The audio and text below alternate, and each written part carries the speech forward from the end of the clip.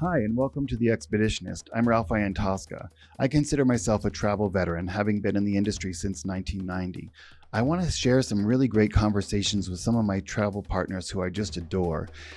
I want to show you a much different way to travel, enjoying local cultures, wildlife, conservation, and sustainability. I want to give you access to a whole new world just waiting for you to have us help you explore. Well, hi, everybody. This is episode 4 of The Expeditionist. It's a new podcast that I put out to bring a completely different travel perspective. And today I have my friend Libby Cooke from Antipodal. And Antipodal is a new word to me that I knew nothing about. So welcome, Libby. I Thank you, am Ralph. so glad you're here with me today. What does Antipodal mean? Antipodal means situated in the opposite place in the world from where you're standing. So a very clever way to say that I represent some remarkable properties on the other side of the world. Uh, Nice.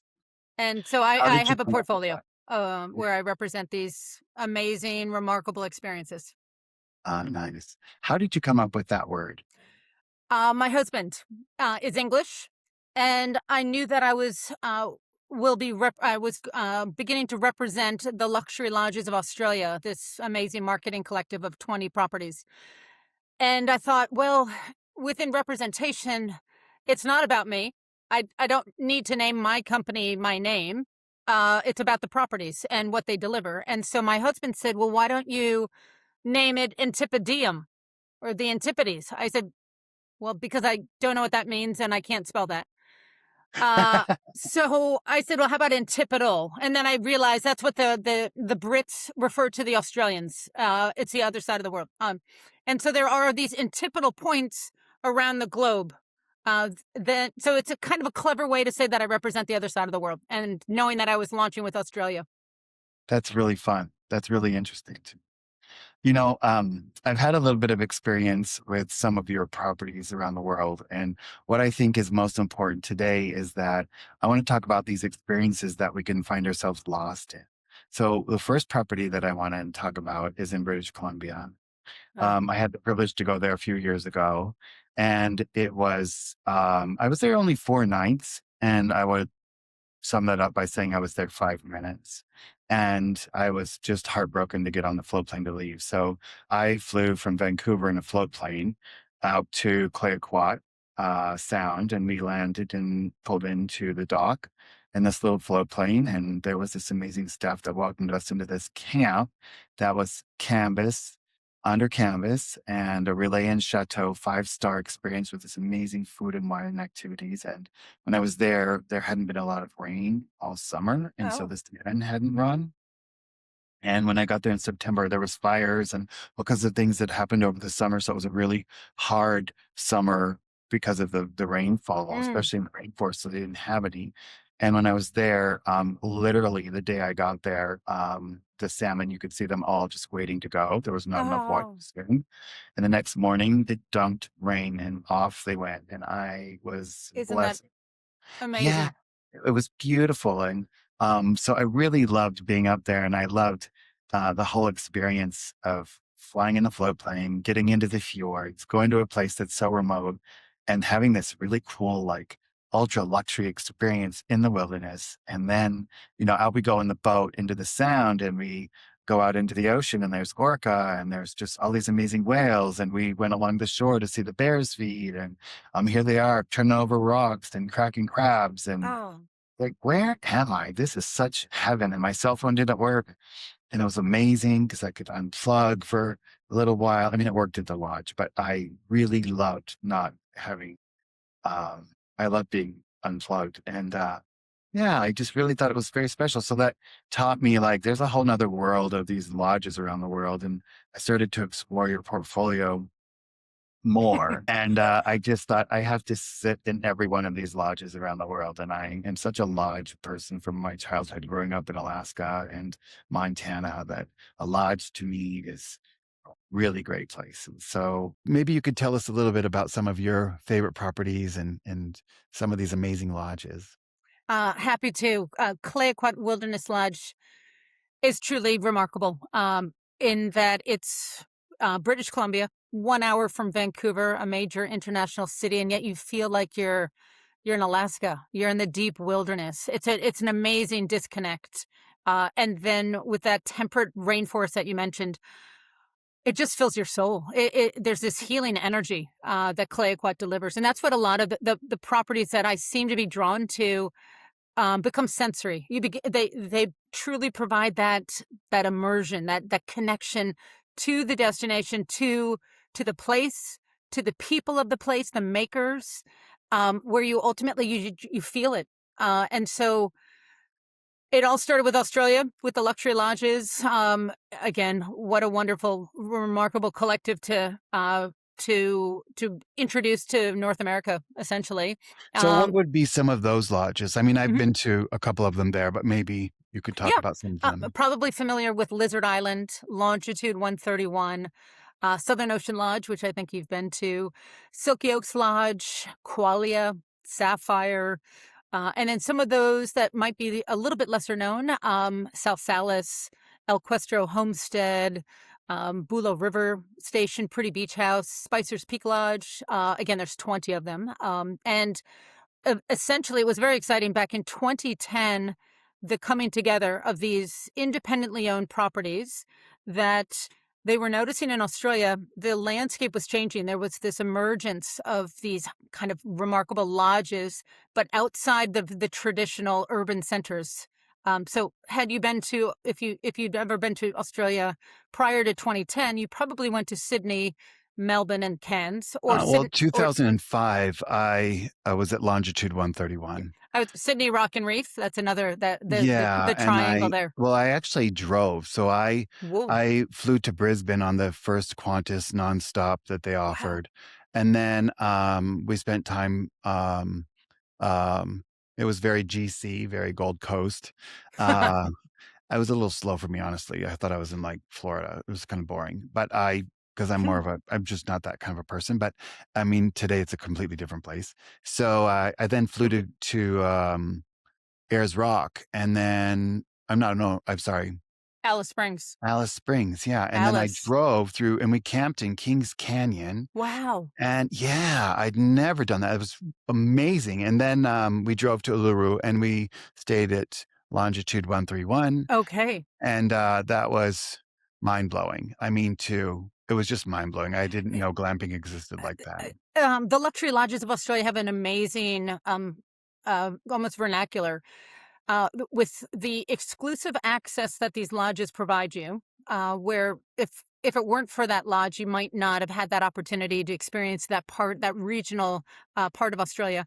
But privilege of place, where you Privilege of place. isn't that remarkable? Privilege of place where Yeah, you have there's so much gratitude for having the opportunity to experience these lodges, and ultimately, this group of uh, lodges were changing the perception of Australia from being what was traditional luxury was in the city centers, urban, to traveling deeper, traveling off grid for that authentically and distinctly Australian experience that they deliver. So, with my background being in expedition cruising and then luxury hoteliers, I could speak to the experiences of the why. Why would a traveler want to travel?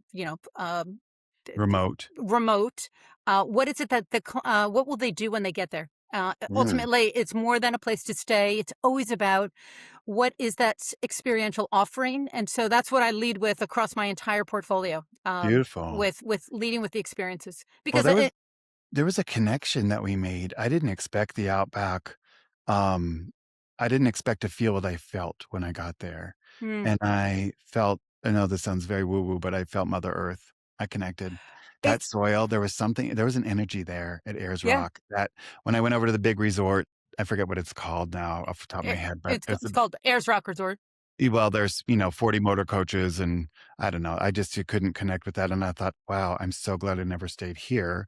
I got to stay in this beautiful tent Yeah, and look at Ayers Rock with the sunrise and the sunset. And I thought, wow, and it was so quiet and I yeah. loved the solitude. And Oh, then, um, the sky at night was epic. So to listen to the didgeridoo and to listen to the Aborigines tell their story while I'm like stargazing in front of Ayers Rock in this tent. Like I thought, oh my God. And I That say this all the time. This is my favorite thing to tell everybody, but I was the envy of myself. oh, And that's I beautiful. love that, That's like, beautiful. wow, I'm traveling. Yeah, it was really epic. And then 2 years ago, I was at Southern Ocean Lodge on Kangaroo Island. And, you know, with all the fires that happened every year in Australia, the lodge had burned down and rebuilt, and I wanted to go for the opening. And there I was again with koalas everywhere. And they were just hanging out, and we went over to the beach, and there was all these newborn seals and sea lions, and Oh, like we were looking at Aborigine rocks, and like it was just beautiful. And that beach, that crashing surf, and like to be in the middle of nowhere, south of Adelaide, like on this little island in the middle of nowhere. I was heartbroken to have to leave. It was really great. it's So, g again, for pretty much most all of these properties I represent, they're just good for your soul. mhm, They balance you, they recalibrate, they energize, they invigorate. I feel like yeah, sometimes I'm a better person. It mhm, just really, it's a connection. And when you're in the outback, it's got to be the sacred land. That's the only mhm. thing because I felt that kind of energy too. There's something, and it's the Aboriginal culture is 60,000 years old. It's the oldest living culture in the world. So there's a lot of elements of that sacred land that Yeah. Do that. you have anything or connections to the Kimberley? That trip that I was at Mm. Southern Ocean Lodge, I went up to the Kimberley, and we actually climbed on our backs into caves with rock art that was 60,000 years old from Yeah, these.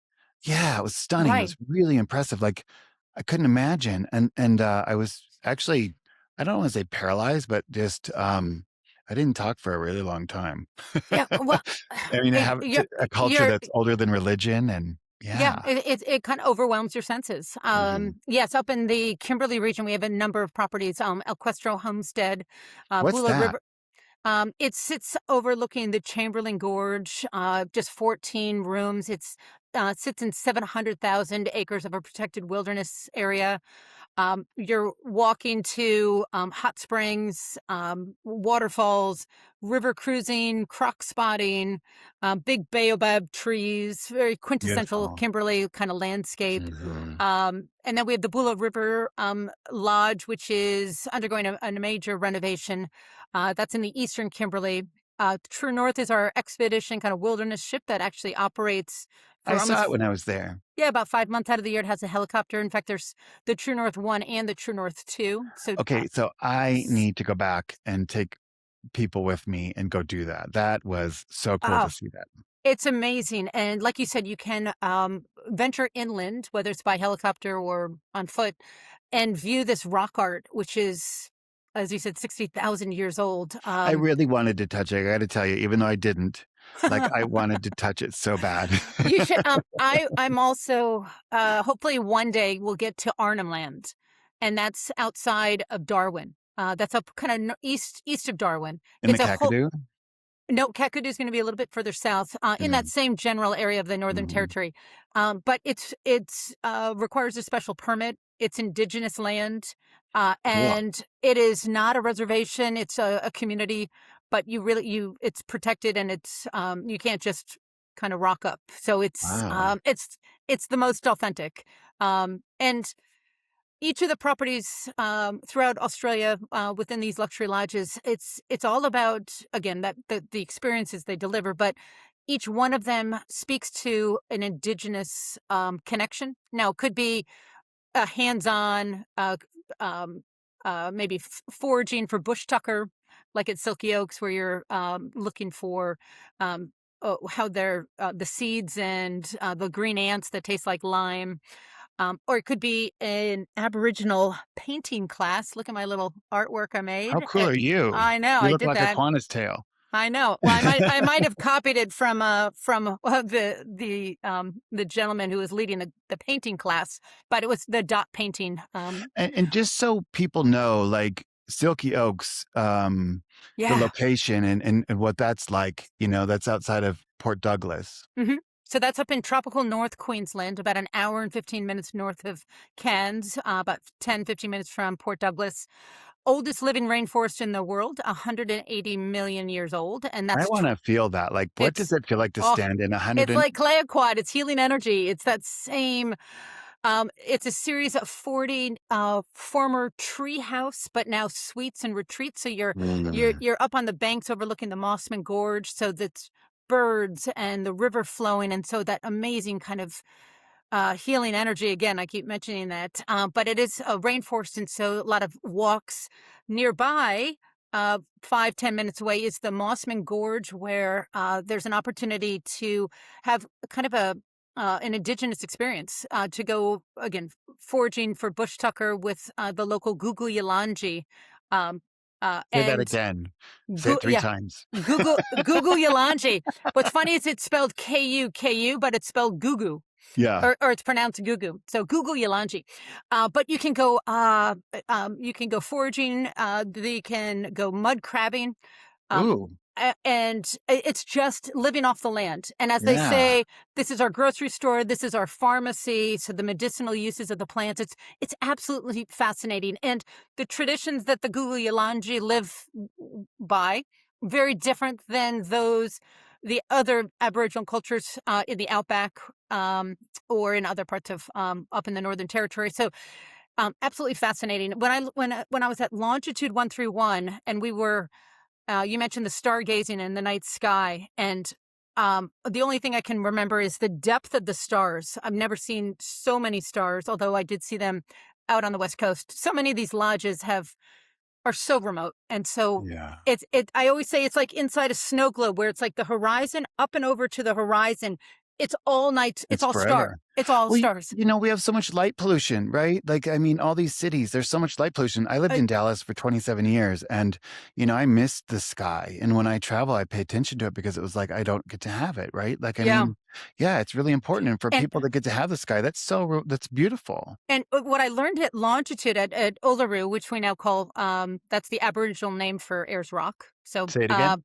Uluru? Uluru, Yeah, Uluru. Uluru. Um, uh, is the stories and how they interpret the stars in the night sky is one long story, and then it ends. And what's fascinating is when you venture down to South Australia, so due south, the local Aboriginal cultures there pick up that story and take it to the next level. That's amazing. So it's like you're just going across the night sky as you move across the country. Like, it's just fascinating. I want to plan a trip with you like that. That sounds really, I know, I want to plan a trip. I want you to help me put a trip together so that we can uh, all, I want to experience that. I'm sure others do. That sounds amazing. Yeah, and Wow. there's so many ways.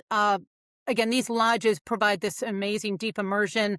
A couple years ago, I had the opportunity to represent the trains throughout Australia. Like the So Gone? they have the GAN and the Indian Is it the Pacific. Gan? Yeah, Yeah. it's named after the Afghan cameleers. Oh, So it's the GAN, but I would usually call it the GAN, but it's the GAN. wow. And so had a chance to go to Cooper Pedy. Is That that where the mines are? Yeah, that's the opal mines. 80% of the world's opals. Absolutely fascinating, but 50% of the population, they live underground. They Is it live in because it's houses hot? so hot, 150 Yeah. degrees.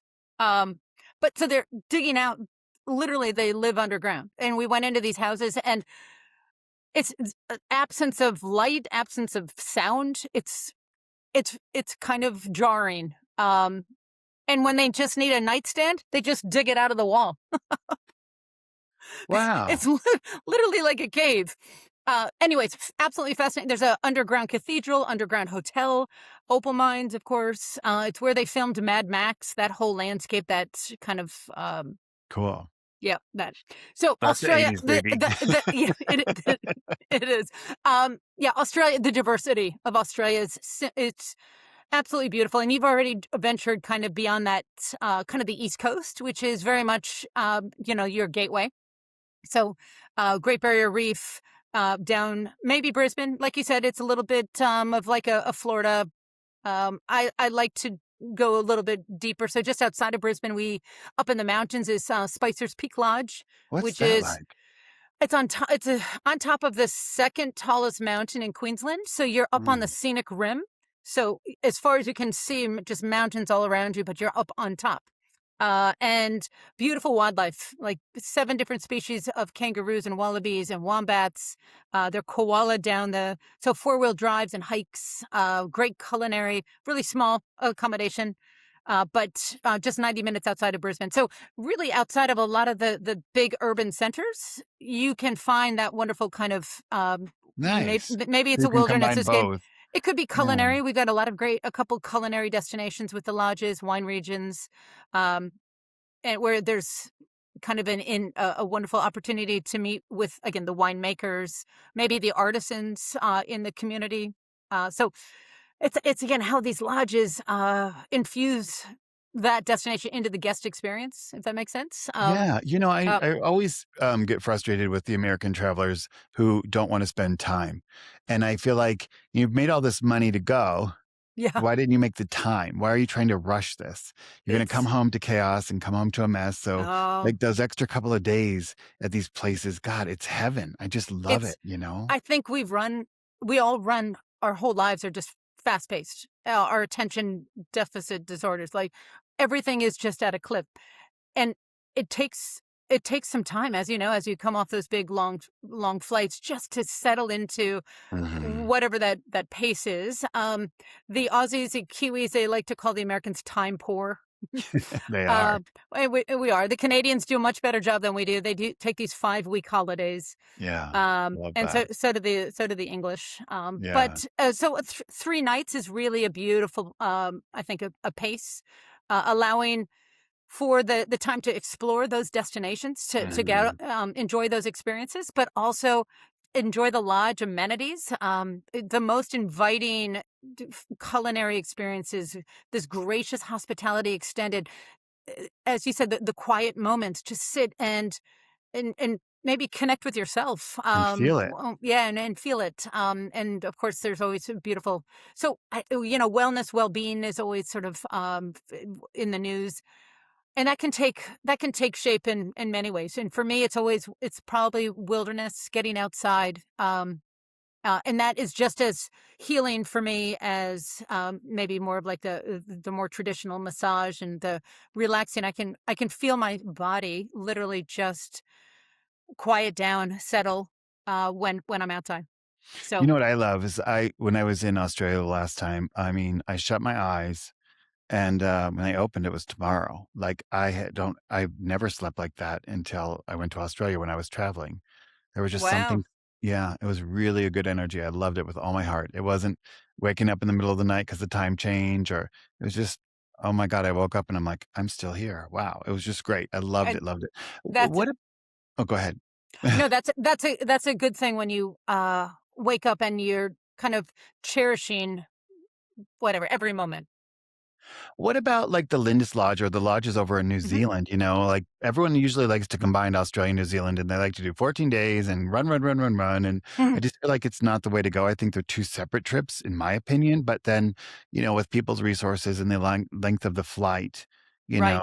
it's something that everyone battles with, but let's talk about your portfolio there. Yeah. So in New Zealand, very proud of the lodges that I represent. They are pretty much many of the newer experiential lodges that have just opened within the last really 5 years. Nice. I like to call it modern luxury. So New Zealand's modern luxury, because these lodges are doing it a little bit differently. That's reimagining what it means to be luxury, and with it, there's an intention on art and design and architecture. So you mentioned the Lindis Group, the Lindis being the flagship, super sleek architecture. It sits on the valley floor of the South Island, the Ahuriri Valley. It's about 2.5 hours from Queenstown. Looks like a little spaceship. And then there's three detached pods, these cubes that are reflective of the night sky and the Southern Alps. Uh, and we sit on 6,500 acres with another 120,000 down the valley. So again, that amazing exclusive access again, renowned for, again, the experiences, bringing it back to the fly fishing, the walks, the trail rides, access to Mount Cook, designated dark sky. So astrotourism is really coming into play. There's so much on site with what we offer with just cycling, spa, clay shooting, archery. That's and the sister properties to the Lindis also are just as architectural. So there's a villa called Mount Isthmus, which is just outside the town of Wanaka. It's a 4-bedroom, but we can accommodate a smaller party than 8. And that sits on 7,000 acres overlooking Lake Hawea. Pristine. It's everything that Queenstown delivers without the crowds. So Yeah, nice. whitewater rafting and wine tasting and all of the hiking, and beautifully hosted with private chefs. And but that one is a villa experience, whereas the Lindis is a proper lodge. Well, I think today, I talk about this on every episode, and I'm going to continue to talk about it. And it's called over tourism, and it's harsh and it's hard. I Yeah. mean, I just came back from Tanzania with a really great friend, and we went during the green season. And I'm calling it the tour of umbilical cords because everybody was an hour old, was born last night, was 2 days old. Like it was really great. It was full of rain. It was the rainiest season ever. I mean, just big, big rains. And so, like, we would have 4 or 5 hours in the morning of sun, and then here would come the afternoon, and we would like be rained out, so we couldn't go. But those 4 or 5 hours, we saw stuff we would never ever see ever. Wow. And when we were out in the Serengeti in these different places, we never saw anyone. There was like we would see 1 or 2 vehicles all day. Yeah. It was great. The, So like people need that to feel that. That's just a special thing. it's really special, and we are seeing a little bit of migration. That's funny. Not away from, but a lengthening of the season. Mhm. So particularly in New Zealand, it's traditionally more of their summer destination. So a December, and then January, February, March Yeah. are is the because the South Island is alpine, and so you would Mhm. want to. But late October, November, beautiful What about spring. April? And then April, absolutely April. And right now, there's getting some snow in the Remarkables in Queenstown. So, Mm. um, That's so nice. it's a lovely time to go, and you're away from kind of the masses, and there's that pristine, that unspoiled element. So in Queenstown, I represent Roki, which is the newest luxury lodge that opened last September. Spectacular, ultra luxury, intentional. It actually translates to tranquility and calm. So it's this urban oasis, this sanctuary of calm. Flock Hill, another remarkable architecture that's up outside of Christchurch. So South Island, but a little further north and east. And that sits on 36,000 acres. So that's Gosh, that's incredible. it's like having your own national park. A Yeah. lot of outdoor adventure there, but amazing culinary. Culinary really resonates with all of these properties. We've got some really talented chefs. I think we're going to be you're going to be seeing these lodges with some of those accolades shortly. North Island Hookah Lodge, which is I as I mentioned, modern luxury, the newest luxury lodges. Well, Hookah Lodge is 102 years old, so not one of the newer No, but isn't lodges. it some of the best fly fishing in the world? Some of the best in the world, and I like to say we just had a little work done because Yeah. we had an A amazing little pull. nip and tuck, beautiful renovation. She looks spectacular, Ah, and good. she originally opened in 1924. So, That's cool. and she's like New Zealand royalty. That's what we like to Mhm. call her. And then finishing with the landing up in the Bay of Islands. And that is where the first Europeans landed in New Zealand. Maybe you knew that. I did not. It's where they signed the Waitangi treaties. It's where the British met the Maori, Wow. and modern day New Zealand. So that is just outside the town of Russell. And the Bay of Islands is this beautiful, it's the northernmost portion of New Zealand. It's subtropical, so it's the warmest. It's bays and beaches and over 100 islands. Mm. And it's just this gorgeous quality of life. And It so, sounds like a great place to end a yeah, trip. yeah, definitely soft landing at the end. It's a perfect, and a lot of ties. It's historically significant, it's culturally significant, and it's also just a lot of gorgeous weather. I saw dolphins and blue penguins, and yeah, it's a Blue gorgeous, gorgeous. penguins. I know, Wow. smallest little penguins in the world. Cute. How Yeah, fun. Oh my um, gosh. and there's a Well, go ahead. no, and there's a sister property just in Auckland that opened just a couple years ago called the Hotel Britomart. Mm. And that is kind of a boutique style, almost like an urban luxury lodge, just 2 blocks from where all of the the cruise ships come in, and the Wahiki ferry is. And the suites are just beautiful.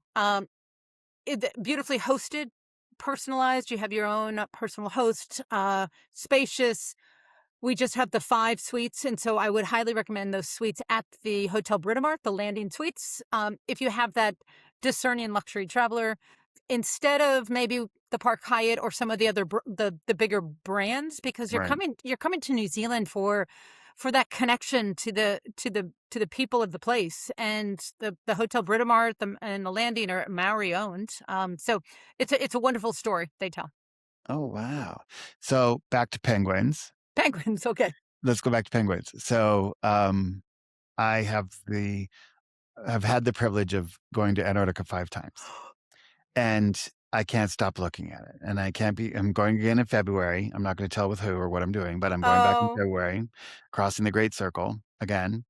And I am addicted, right? I can't figure it out. I feel like it's so much bigger than me. It sucks me in. I can't stop looking at it. I can't figure it out, and I have to be there, right? I just have to be there. I don't know what it is about that vastness. Um, it's just spectacular to me. I So this maybe time I'm going to, okay, yeah, keep this going. time I'm going to go with a group of clients that I've put this trip together for. But in my heart, I have my bucket list, and I have been dancing with you in the White Desert. And so I feel like I want to introduce people to something that just is going to shut them down because it's so epic and so cool and unimaginable. And when people hear about this, some might already know what it is, but some don't. And for those that don't, I think, a lot have been on safari with me. I've been over 120 lodges now in Africa. And, it's my thing. So glamping and camping and lodges and, I love it. So on my bucket list, I hope I get to go someday. But let's talk about White Desert. So yes, White Desert is truly a next level experience. Uh, there's nothing like it other than maybe space, if that makes any sense at all. And what this is an experience to into the interior of Antarctica, where we bring all of the infrastructure in. So we fly our clients from Cape Town on a large, heavy A340 plane, giant jumbo jet, 5.5 hours to the interior of Antarctica, where we have created a ice blue runway. Is it called Eh, Wolfgang's Runway? It's called Wolf's Fang. Wolf's Fang. Yep, Wolf's Fang is the runway. It's named after the mountain range in the distance. From there, we have 3 camps, which the groups are divided into. Each camp only has 6 accommodations, so 12 people. We oh, two of the 3 are within 10 minutes of Wolf's Fang, and the other is a 30-minute flight. Um, your experiences, I think our profile traveler is coming either to experience the emperor penguin colony, so we fly to the Akabe, or to venture to the South Pole, which is for many that's bucket list. Those are those experiences are part of our 11-week season. So we're only operational from November 19th to the early February. Uh, these are set departures, so you don't just sort of drop in and drop out, because the plane I is can't even coming. imagine trying to do that. And when I landed, I like you, I was speechless. I think it's humbling. I think I was just overcome, because very few people have that opportunity. It's a And privilege. it's privilege, and it's gratitude, and It's then overwhelming. but again, we're in the job of trying to articulate these experiences, so we need to find the Yeah. word. We need to find the words. But it is an amazing week filled with really curious, discerning travelers. They're not all mountaineering guides. Some of them are. Some of them are really quite ready to go and scale mountains, and others are there for the appreciation of it all. Some are second-time travelers to Antarctica. Maybe they've already done a cruise to the peninsula, and Mhm. they didn't get enough. They didn't actually spend enough time on the ice. Well, it And touches you. this, it's you. I became quite good at putting on my crampons and going walking across a glacier. Uh, Ice climbing, I tried, and then they handed me champagne, so that was fun. Um, Fun. the guides, we went into crystal caves, went abseiling, went off a wall, an ice wall. Lots of just walks and hikes and it was early in the season when I went down, so we saw the baby penguin, the baby furry emperor penguin How babies. beautiful. And then we saw this ocean that had frozen. So they're frozen waves. They're called blue waves or blue Whoa. tunnels. And you walk between the waves and you're inside a frozen wave. I don't even know how that happens. Like, I can't even imagine. I have to call And Morgan Freeman and have him tell me about it. Like, that's crazy. and 3 weeks later, all of that melts and it becomes these blue rivers. Mm. It's so Yeah, it does take your breath away, and you don't have to be an alpinist or some mountaineering. You can kind of find your own personal boundaries, and Mhm. then push and then nudge them just ever so. That's healthy, I think. I But agree. keep in mind, there's also a masseuse on standby, and we travel with a photographer who is capturing all of your, amazing walks and hikes with a drone. So it's all of the luxury touches. That's what the White Desert balances so nicely. This exclusive access again with uh, and the guides they bring in are these world class mountaineering guides that are teaching little old me how to ice climb. So But if you it don't wanna do that, you don't have to. You don't have to, and you can have a massage. And But what about, like, the bicycle thing too? Isn't there, like, a fat yeah, tire bike thing you can yeah. do? So at two of the three camps, we have fat tire bikes. We have zip lining and cross country skiing. Nice. And at the other camp, which is just further away, so we don't have all of that. We have some uh, the crystal caves, more of the ice climbing, and lots of different forays. So with that 7-day itinerary, depending on again what's featured, if it's a penguin itinerary or if it's the South Pole, that's going to be about a 2-day commitment. Anyways, it's the most remarkable experience. Now we do have something that we offer, which is called the Antarctica in a day, and it's a perfect add-on for any of your Africa clients who essentially opt in to fly with the group on the departure from Cape Town down to Wolf's Fang, down Was to it about Antarctica. 5 hours? It's 5.5 hour flight. Mhm. They will have 2 to 3 hours on the ice, and then they fly directly back. Yeah. All to say they can check off that continent or to claim that they've been to Antarctica.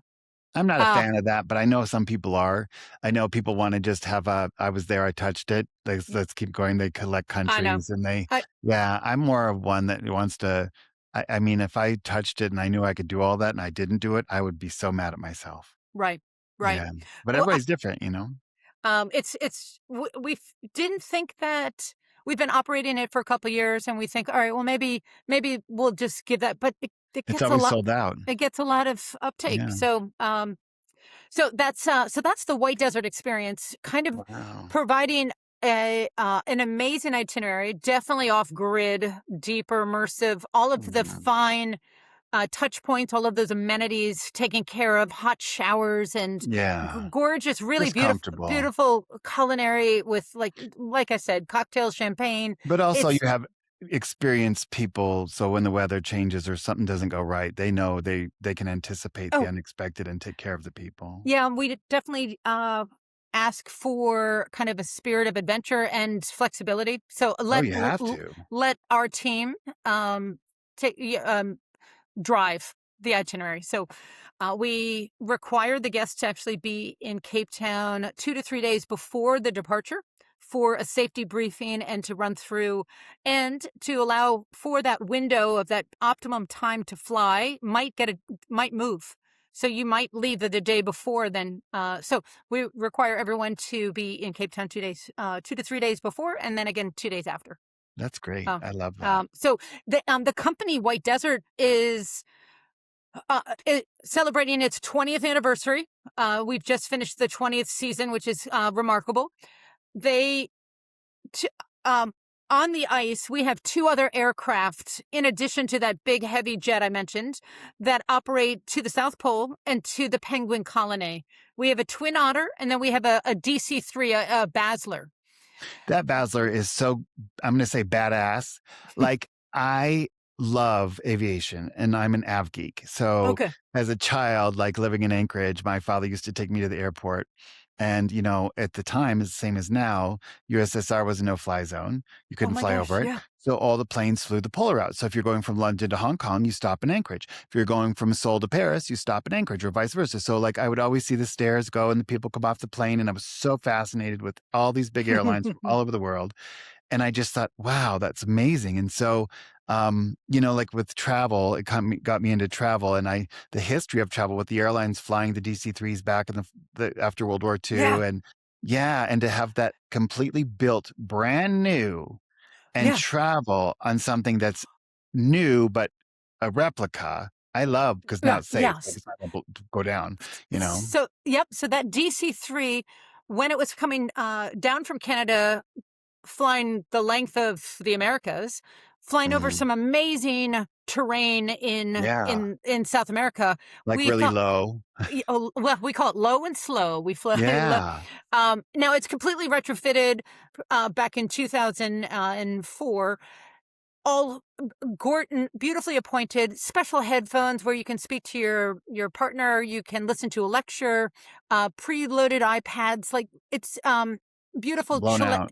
Chilean wines and Mhm. regional culinary. So it's a beautiful, beautiful experience, but it does speak to Adventurous. that plane geek. And what we've done is design one itinerary in particular called Dr. Jones. That's the name of it, named after Indiana Jones. So you'll love that. Oh, I So never it's knew that. I was wondering where that come up. I thought there was gonna be a Dr. Jones on board or something. Nope. So it's Dr. Jones, and these are 12-day itineraries for 12 people. So very similar Nice. size to what we offer in Antarctica.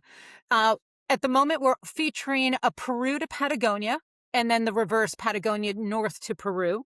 In this Uh, DC-3. in a DC-3 in 12 days. And it's Yeah. everything from going up to Chachapoya, which is north of Lima, to see the sarcophagi and to see the big Gotcha waterfall, down to Paracas to the sand dunes, four-wheel driving. We create our own outback desert camp there. Oh, Then I love that. That's you can so go beautiful. free diving for scallops, pisco tasting, Nazca line, scenic flights, down to Atacama, where we're staying at Tierra Atacama, Mm. hot air ballooning. All of this is in the 12 days. Gosh. And then down to Chiloé, which is Refugio Chiloé, previous Tierra Chiloé, which is this beautiful, it's where the Chileans actually vacation, bucolic, world's smallest deer found in Chiloé, Oh. colorful wooden houses, and boat building, kind of Is it like our seafaring. BC, like our British Columbia? It looks kind of like an Alaska fishing village. That's Mhm. what Castro looks like. But it's known for these colorful buildings that are on stilts. So Mm. the stilts kind of How resemble pretty. some of that. And Oh, then, you like catch a can. and yeah, exactly. And then finishing at Tierra Patagonia with Mm. some full day experiences. So I can't call it a private jet trip because it's not a jet. So I Okay. call it a private air journey. But Yeah. what's exciting is that we are taking this model and we're wrecking new destinations. So it What does looks that mean? What it does that mean mean? That's interesting to me. so a recce is reconnaissance. It's Oh, I basically see. you're scouting. You're Okay. scouting for a new itinerary, and right now it looks like later next year, 2027, 28, we'll have a Colombia to Guatemala Oh, itinerary. And then that looks like if we can pull it together, a New York to Notting Hill, which will go up through Labrador, Greenland, Iceland, Faroes, and then down to London, wow. all in our DC-3. Cool. That's so So fun. so the Dr. Jones private air journeys, traveling deeper, going beyond, but a sense of adventure. So Yeah. Just kind of like it's watch 1940s. How fun. a little bit. Mhm. It's kind of an exciting new product. And I think that's Wow. what and I do think that that's what our intrepid, our curious travelers, they've been everywhere. And we don't need maybe all the big brands anymore, right? We're seeking out meaningful connections. Well, I Um, built my whole brand upon this DNA. mhm, So, I feel like, yes, we can go to a big brand, beautiful hotel with lots of sure. luxury and so forth. Yes. But yet I'm independent and I think differently than everybody else. And I'm never going to follow what everybody else does. I've never been one who's a follower. And I've always turned over my own stones and I've always looked for people who are artists and creators and innovators, and they want to give something special that they thought about and that came from their heart. So, like the people that create these experiences, like just think about who they are for a minute, right? Like all of the lodges and all of the things in your portfolio, somebody put a lot of thought into to bring it forward. It wasn't about shareholders. It wasn't about stock options. It wasn't about if we had 30 more rooms, we could make another million. None of that stuff. Like it's just about the integrity and the intention. And I think intention is Yeah. really important today. Yeah. And so like when you're there, the first thing that you said on this podcast, if you could repeat it, like your um not sense of place, but um My I forgot what you said. I don't know why I get lost with you and it's so fun. It's just fun. I want to get lost with you all over the world. Like I would feel like what 13 years old I in every place you go. I refer to again my portfolio like the luxury lodge is experiential luxury, because again we lead with the connection to the to Yeah. the to the place and the to the people of the place. And you it becomes sensory for me. It's always how these various properties, lodges. They're not all lodges anymore. So now I have a private air journey in there. Yeah, but I But mean, it like, you can't do this on AI, right? Like AI is not going to give this to us. This was designed by a human being with passion, with a vision, and with the sense of understanding everyone's feelings and what they want them to feel. Yeah. And throwing in all the rest that is just today's minimal, like the luxury. And of course, who doesn't love that, right? I mean, we don't want to be uncomfortable. So, I mean, this is just really epic. I think it's just unusual and it just fits. I mean, I think as my company, The Expeditionist, I love sending the message out. I tell all my listeners all the time, like, I'm introducing you to things you know nothing about. I'm bringing things to you that are incredible and they're not something everybody else does. And who wants to do what everybody else does, right? That's kind of boring, you Right. know? And again, this pretty much all that we're chatting about, you're traveling away from the fray. These are destinations, experiences that allow you to have that your own personal connection, and Mhm. that's ultimately what they're delivering. Um, These lodges that you also have in your portfolio in South America are also intriguing too. You yep. know, I So just, yeah. So in South America, two of them are featured actually in the Dr. Jones. So the Tierra hotels. So Tierra, Atacama, in the Atacama Desert. So Mhm. north of Santiago, it's the world's second driest desert in the world, after Antarctica. And then Tierra Patagonia, which is absolutely spectacular. I use words like majesty and grandeur, and Mhm. uh, it's there's a lot there's a lot of crossover, I think, with what I represent. I seem to be drawn to wilderness, not entirely, but I think it's from your if background of being a jammer driver. my Glacier National Park, Yeah, I mean, my that's our common bond, like, we both we did connect on that. yeah, we lived up there and we love Montana. Yeah, so I think I told you my mom worked in Glacier National Park in the 1950s and always wanted her daughters to experience I grew up in Connecticut. Always wanted us to venture out to Montana, and so she got us our first jobs, and then that second summer I realized the job to have was to be the what we call the jammer or the gear jammer. The jammer were the tour guides. Then I drove a 1936 bus, and With the leather roof that rolled open, yeah, with a canvas roll the big top red back. one. Yep. Yeah, I love that. They still 18 run them I today. had a little hat with my name badge on the back and my microphone, and I drive my bus. And it was the best job in the world.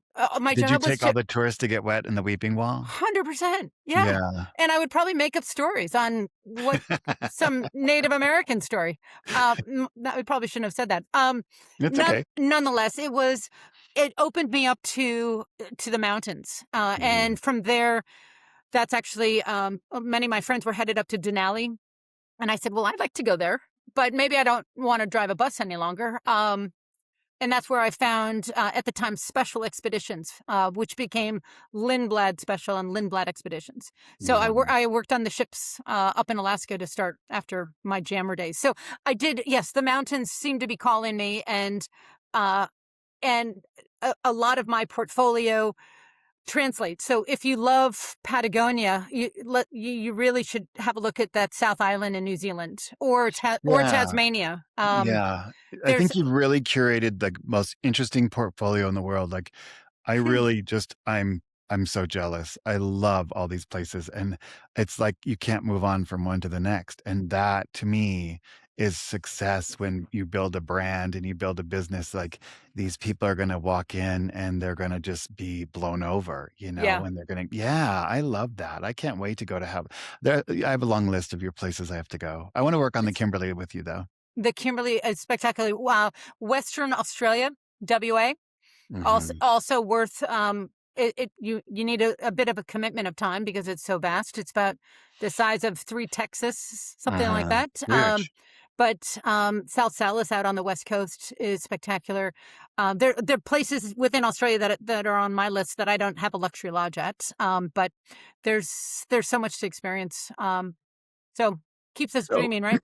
well, I'm going to build a page to feature your properties so that our listeners can tune in and we can have conversations together on how to curate the right experience for them. Because it sounds like, I could do this all day, every day, and they're going to want to know more. And it's like, what did he say again? What did she say again? Where are these Oh, places?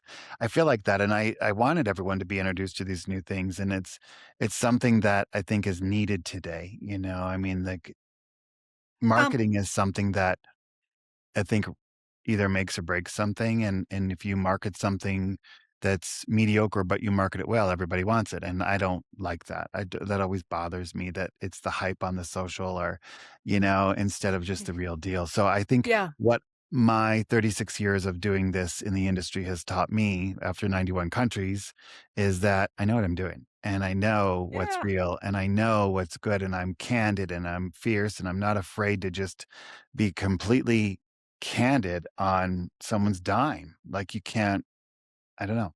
So Uh, I'm really glad that we got to share this uh, portfolio today, and I wanna go on a trip with you. We'd have well, so much fun. Ralph, do you have the same desire for the Arctic as you do the Antarctic? Well, I haven't been everywhere, right? So I haven't been to the Ooh. Arctic, and I haven't been to Svalbard. I haven't seen the I polar see. bears. Yeah, the Svalbard is absolutely Mhm. that should be on your list. So my friend Um, Donnie from Natural Habitat and he was on my first podcast and I just love him to pieces. And so I'm taking a group of friends that are clients to in October to see the polar bears out of Churchill. So we're flying to oh, Winnipeg and then we're going to take a charter up and we're going to go see the polar bears there for a week out in the tundra.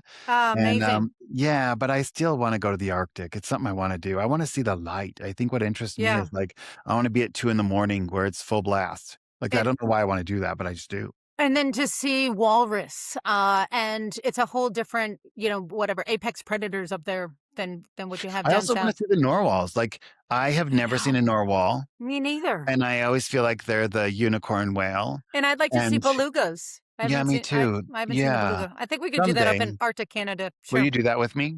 Yeah, I would love to.